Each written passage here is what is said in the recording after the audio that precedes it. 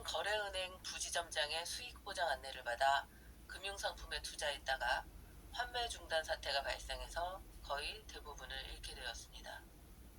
가족이 걱정할까 이 사실을 털어놓지도 못하고 인터넷을 검색하던 중 환매 중단 사태의 피해자들을 모집하는 인터넷 카페를 발견하게 되었습니다. 그 인터넷 카페는 어느 법무법인의 비서무장이 운영하는 곳이었고, 인터넷 카페를 통해 라임 사태 피해자들을 모집하고 있었습니다. A가 비서무장의 안내에 따라 소송위임 계약서를 작성하고 법무법인 명의의 계좌에 착수금을 입금한 지 약 2개월이 지날 무렵 소송과는 무관하게 금융감독위원회가 라임 사태 다수의 피해 상품 중 하나인 무역금융상품의 투자금을 전액 반환하라는 결정을 내렸고, 이 결정에 따라 해당 은행에서는 투자금 반환 안내문을 보내왔습니다. 이에 환매 중단 사태의 피해자 A는 투자금을 반환받고자 은행을 방문했는데, 은행에서는 은행에 대한 민사소송을 취하하고 그 접수증명을 가지고 오면 투자금을 반환할 수 있다고 했습니다. 이에 A는 바로 비서무장에게 전화를 해서 이를 전달했습니다. 그런데 비서무장이 취하는 안 된다고 했습니다. A는 도무지 이해할 수가 없어서 사건 번호라도 알려달라고 했지만, 비서무장은 성공보수를 지급하기 전에는 사건 번호를 알려줄 수 없다고 했습니다. A는 비서무장의 태도를 이해할 수도 없고 어찌할 바를 몰라 비서무장에게 거듭 요청했으나, 비서무장은 당장 성공보수를 지급하라고 언성을 높였습니다.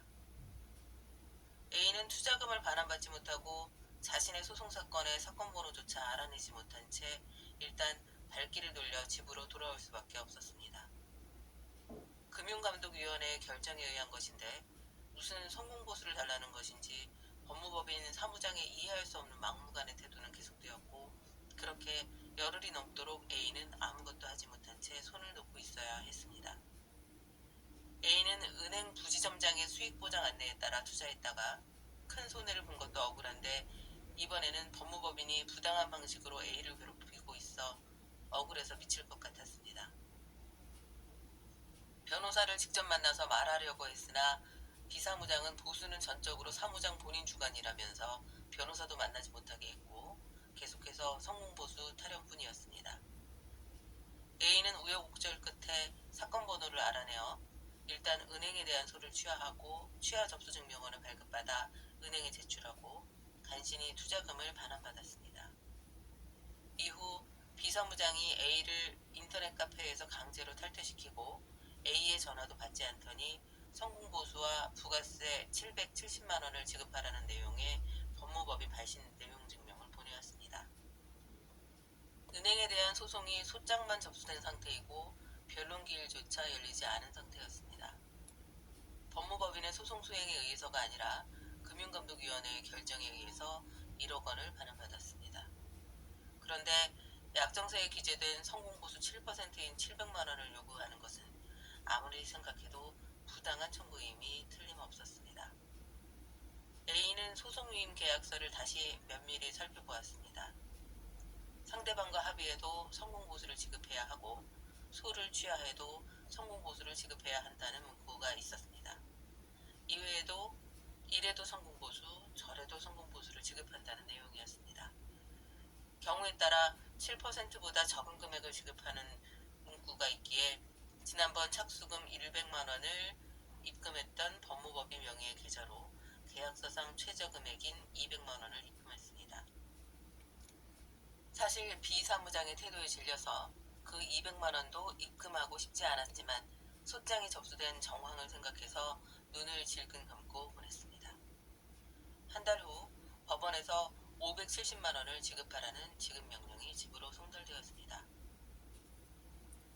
A의 의뢰에 따라 답변서를 작성하게 되었습니다.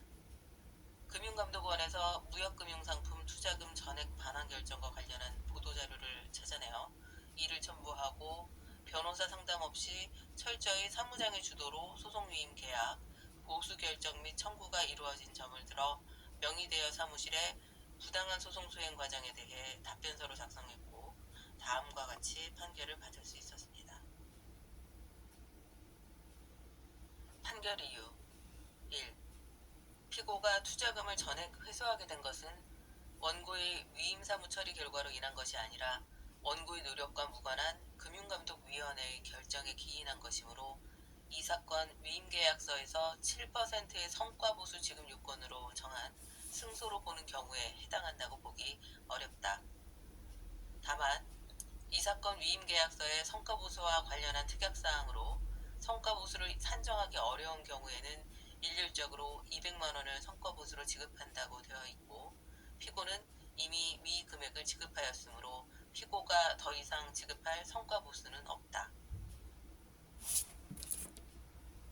2. 그리고 설령 피고의 투자금 회수가 이 사건 위임계약서에 정한 7%의 성과보수 지급 요건에 해당한다고 보더라도 원고가 들인 노력의 정도, 피고가 소를 취한 경위 등 재반 사정에 비추어 보면 원고가 처리한 위임 사무에 대한 보수로 피고가 이미 지급한 착수금 100만 원과 성과보수 200만 원을 합한 300만 원을 초과한 부분은 부당히 과다한 수임료의 약정이라고 할 것이므로 위 금액 범위 내로 이를 제한함이